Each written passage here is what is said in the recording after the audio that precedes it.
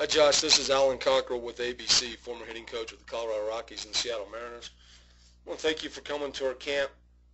I'm going to take a look at your video this afternoon. One of the things I always look for, Josh, is in setup, we always just want to be in a good position where our knees are inside of our feet and our head are inside of our knees. And that's just for balance. The other thing I always look for is just we have good equal athletic bend in both knees, and kind of a position that you would see.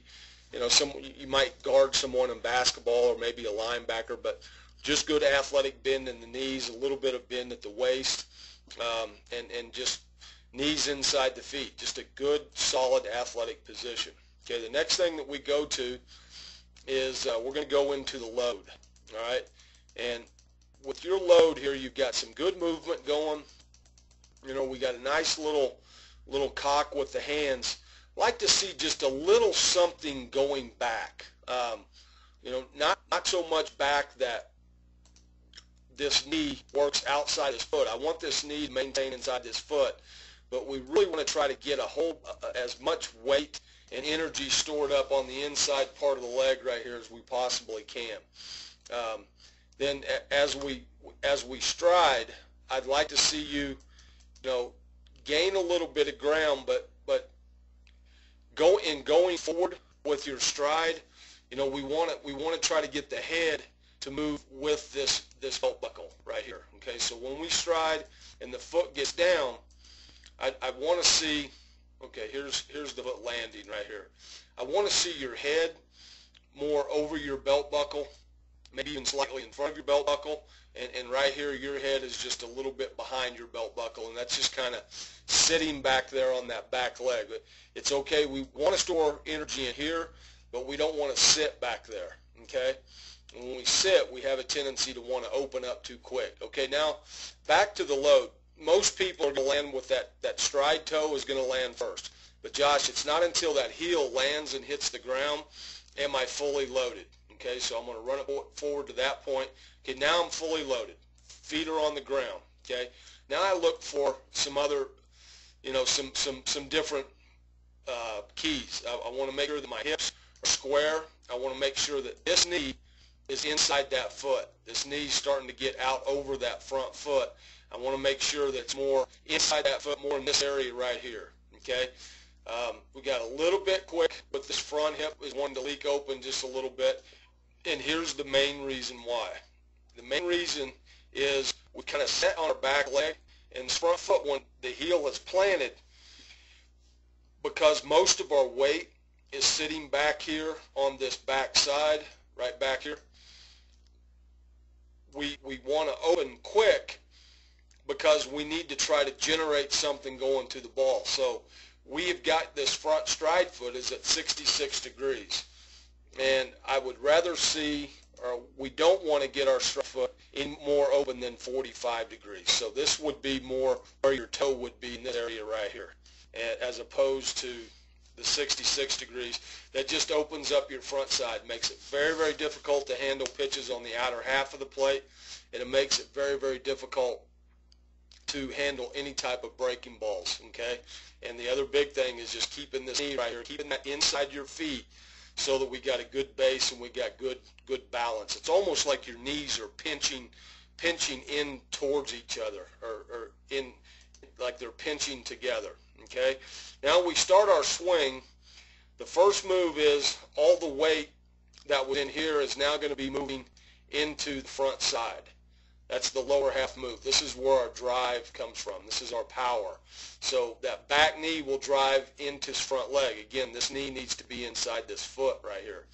Okay, the first move with the hands is the back elbow drops down into the slot right in next to the rib cage. We'll run forward. Okay, now we get to this position right here. This is called the connected position. Shoulder, elbow, and hip are all in alignment. Now from this particular point, we want our hands to start to catch up and work in front of this connection right here. Okay, we want them to work in front of that connection, past our center of gravity, out here in front of our body to deliver the bat to the baseball. All right, so we're going to run forward. As you can see, your elbow has passed your power source right here, and so now the hands will drag to the hitting zone just a little bit.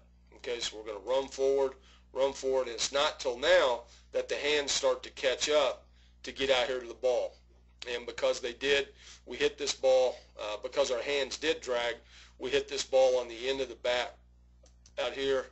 And I think what's going to happen is we're going to pull our bat, we're going to start to pull our hands across our body in this direction instead of getting a good extension through contact with a nice, full, long finish with the barrel of our bat. Let's take a look. Yeah, we can see how your hands are coming across.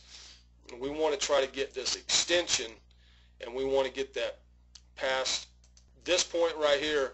Now we want the barrel of the bat to finish with that good, full, arcing extension through the swing. Okay, so I'm just going to go ahead and run it forward. All right, you do a good job though. You stay under balance very, very well. What I'm going to do is we're going to get to this point right here. Okay, this is where I want you to do some tee work for me. We're going to set the tee on the outer half of the plate, and it's going to be even with your stride foot, maybe just slightly inside your stride foot. And outer half, outer third of the plate. And we're going to get to this loaded position. We're going to make sure that this head right here is sitting more over your belt buckle as opposed to sitting more over here over your back hip. Okay? That's going to be just a little bit of a forward move that's going to help you shift weight into your front side. Right there. It's going to help you shift it into here. We'll make sure this knee is inside, and we're going to make sure the stride foot is at a 45-degree angle. All right? No more open than that. Okay? Now, once we get to the connection, let's run forward. Once we get to the connection right here, shoulder, elbow, and back hip, we are now going to let the hands catch up with that and work in front of that connection. All right?